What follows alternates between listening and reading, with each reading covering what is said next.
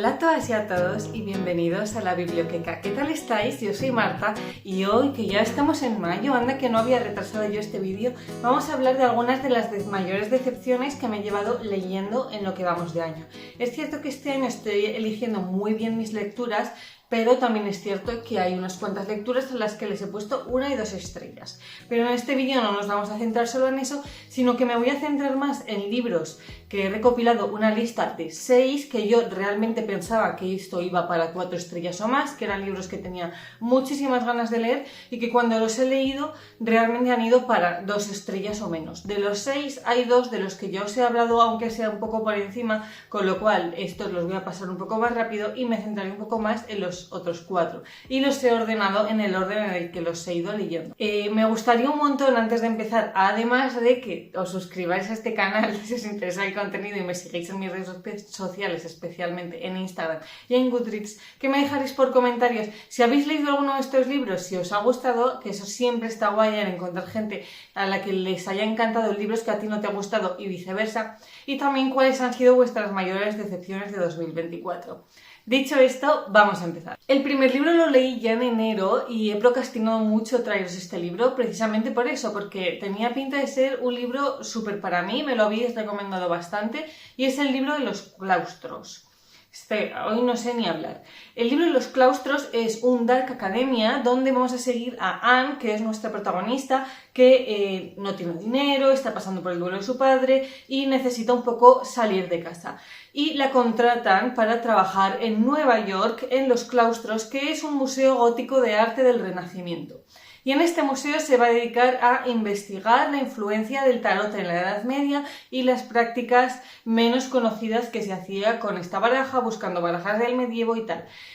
Es una premisa que suena totalmente interesante, pero con el que yo he tenido un montón de problemas. El primero es que todo el mundo me había dicho que era una novela muy visual, que todo el tema de la Academia de los Claustros, que se veía como algo impresionante, con un montón de jardines, acristalado. Yo no he conseguido imaginarme este edificio con las descripciones de la autora. Y me parece que tenía una narración tan superficial que me han faltado muchísimas descripciones, y por eso yo creo que en general el libro al completo no he conseguido imaginármelo bien. Por ejemplo, yo pensaba también que el tarot iba a tener un peso importante y siento que, salvo una baraja que incluía al final explicando un poco qué es cada carta, el tarot pasa a un plano totalmente secundario. Me parece que usa el tema un poco como gancho, pero que realmente no se había informado nada sobre el tema, o bien no nos lo ha querido explicar, porque, y os digo, podía estar trabajando de tarot como podía estar trabajando de cualquier otra cosa, porque para lo que profundizaba. Y sobre todo es que es un libro al que la trama se le queda muy floja porque se centra muchísimo en el triángulo amoroso que hay entre la protagonista, Rachel, que es el punto positivo del libro, que es su compañera de departamento y que es un personaje súper bien construido, súper magnético, de estos personajes que siempre la gente se ve atraída por ellos, son siempre el centro de atención, todo lo que diga ella va a estar bien. Y Patrick, que es el supervisor de ambas. Se forma un triángulo un poco extraño.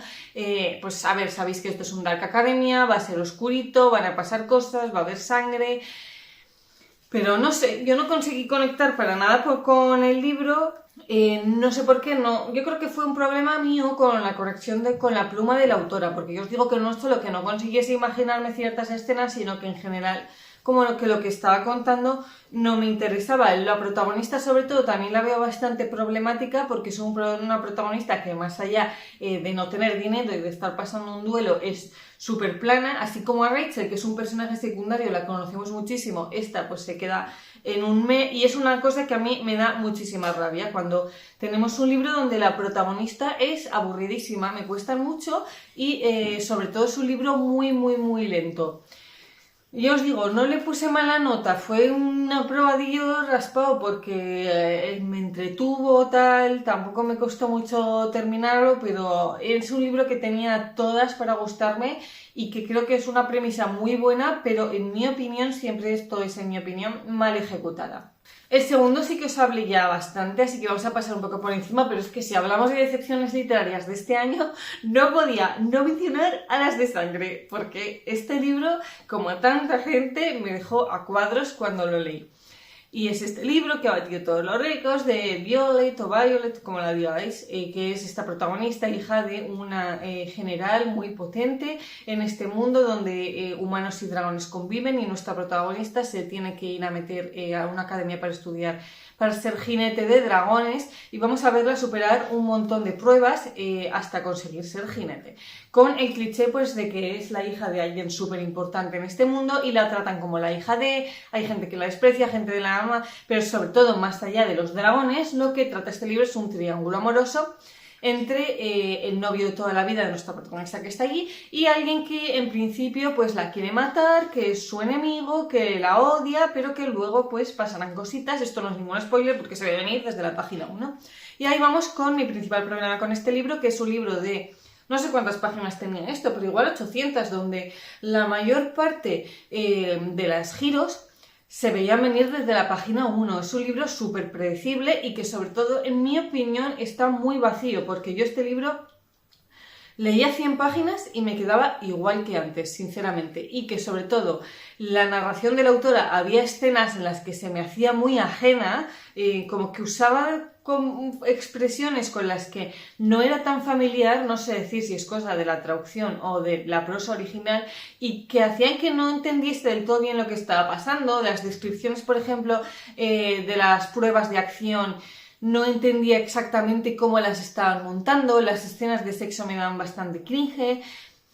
Y este libro pues también me entretuvo y dices, ¡ay, qué guay! Realmente para ser un libro de 800 páginas no tardé tanto en leerlo, no me llevo ni una semana, es súper adictivo, pero lo que me dio rabia de este libro, ya lo sabéis, es que haya llegado tan lejos cuando en mi opinión es un libro muy mediocre.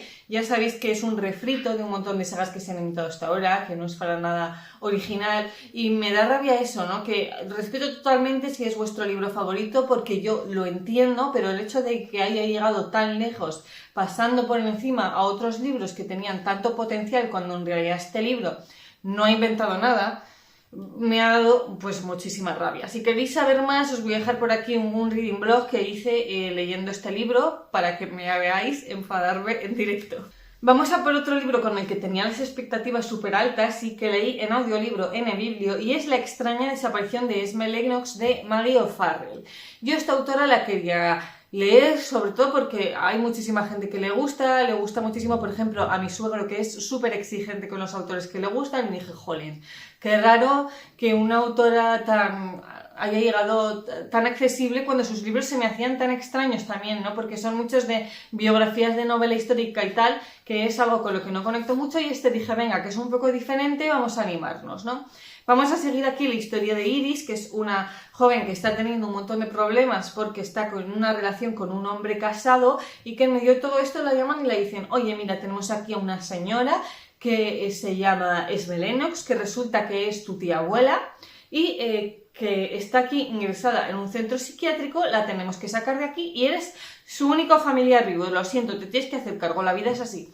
Ella alucina un poco porque no sabía de la existencia de esta tía abuela suya, y vamos a aprovechar para ver un poco saltos al pasado, donde Esme nos va a contar toda su infancia y su juventud, viviendo pues a principios del siglo XX más o menos, donde ella pues no quería, o igual es antes esto, bueno, finales del 19, principios del 20, donde ella no quería casarse, no quería llevar la vida que se suponía que tenía que llevar. Son dos hermanas, que creo que son mellizas, y mucho de la comparación de la vida de la una, que está completamente fascinada por ser una chica en esta época, y ella que no encajaba un poco en el molde, como esto la hizo llegar a un centro psiquiátrico. También teóricamente es una idea súper buena, pero esta sí que es cierto que hay más gente con la que suelo compartir opiniones a la que no le ha gustado nada este libro, y que también tiene un poco que ver con las expectativas que teníamos de la pluma de la autora y lo que ha resultado ser que es un libro bastante simplón. Y es un libro que he tenido muchísimos problemas para seguir por la propia narración, porque tiene muchísimos cambios de narración entre Esme, la hermana de Esme, Iris, algunas están en primera persona, otras pasa a la tercera y hace los cambios como muy bruscos. Se aprovecha un poco del recurso de que Esme, que me estoy confundiendo de nombre, tiene demencia cuando está contando este libro, con lo cual deja frases a la mitad, pasa a hablar de otra cosa y a mí se me hizo como muy complicado de seguir para ser una historia tan simple. Mi otro problema es cómo se ha vendido esto, tanto por el título como por cómo lo suelen categorizar. Esto no es un libro de misterio, por mucho que ponga la extraña desaparición, porque no hay misterios del minuto 1. ¿Dónde está Esme Lennox, que ha tenido una extraña desaparición? Pues en el centro psiquiátrico. ¿Dónde va a estar? Lo sabemos desde la página 1. Y no hace nada la autora tampoco por, al volver a este viaje al pasado, crear tensión de qué es lo que le habrá pasado, porque nos lo cuenta desde el principio. Entonces yo es un poco que me esperaba una cosa totalmente distinta a lo que me he acabado encontrando. Sí es cierto que me ha gustado, que ha sido una lectura muy fácil, no tardé nada en leerlo y me gustó mucho cómo trataba, sobre todo al final, el tema psicológico. Las últimas 50 páginas me gustaron muchísimo, pero es que lo que tardé en llegar hasta ellas no me gustó tanto. No lo sé, la pluma de la autora, pues ya os digo, me esperaba una cosa pues un poco más compleja. No sé, yo creo que seguramente me sigue animando a leer a la autora porque este es de sus libros menos conocidos, pero que no sé si lo habéis leído, a mí me dejó con un poco de mal sabor de boca. Vamos a por el otro del que yo os hablé en el marzo asiático, que os voy a dejar el vídeo por aquí, así que también lo voy a mencionar un poco por encima, y es La Edad del Vicio. Este es un libro, o mejor dicho, un tochal, que mezcla un poco thriller con saga familiar, con historias de mafias y con una ambientación en Nueva Delhi. Nuestra autora es india. Y que nos cuenta una historia que gira sobre todo en torno a 3 personajes. El primero es Sunny Guardia, que es el hijo de un magnate millonario mafioso en la India, que quiere un poco separarse de la figura de su padre sin tener que dejar toda la parte de amor a las drogas, a la lujuria, al sexo, etcétera, etcétera, y al lujo, por supuesto. Y que tenemos a 2 personajes secundarios que cuelgan de él. En primer lugar, a Jai, que es su criado, que al principio del libro sabemos que le han detenido por estar conduciendo borracho un coche que está a nombre de Sunny Guardia, y al principio la trama gira bastante en torno a eso. Y por otro lado, a Mara, que es la pareja durante un tiempo de Sunny, que es una periodista. A mí estas 3 tramas, pues como que decía, venga, vale, bien, te lo compro. Sí que es cierto que los principales temas de este libro son el ansia de poder, la lujuria, la violencia y la venganza. Todo esto mezclado con mafias, que ya sabéis que las mafias a mí no me gustan, entonces que tampoco es un tema que a priori me llama mucho la atención, pero que como lo habían oído tanto recomendado, dije, pues no lo sé. Pero que es un libro que abre tantísimas tramas secundarias que me parece súper complicado de seguir, que pierde mucho la noción de lo que está intentando contar, yo creo, porque se meten tantos berenjenales que la esencia del propio libro, yo por lo menos la vi un poco perdida y me costó mucho seguir quién era cada uno y qué es lo que estaba haciendo cada uno, y que es un libro muy de acción. Te tienen que gustar, si te gustan, por ejemplo, las pelis de acción, rollo superhéroes, rollo no tienes que pensar absolutamente nada, solo verlo, y a mí se me hizo muy superficial y muy plano. Me gusta que los libros me intenten transmitir algo, que tengan un mínimo de discurso, un mínimo de conocer a los personajes, y en este libro una cosa detrás de otra, y en definitiva pues que es el tipo de libro que a mí no me gustaría para nada, y que como además tiene 700 páginas, más o menos, y yo insistí tanto en terminarlo, pues fue una tortura, básicamente. ¿Culpa mía? Pues sí, fue culpa mía.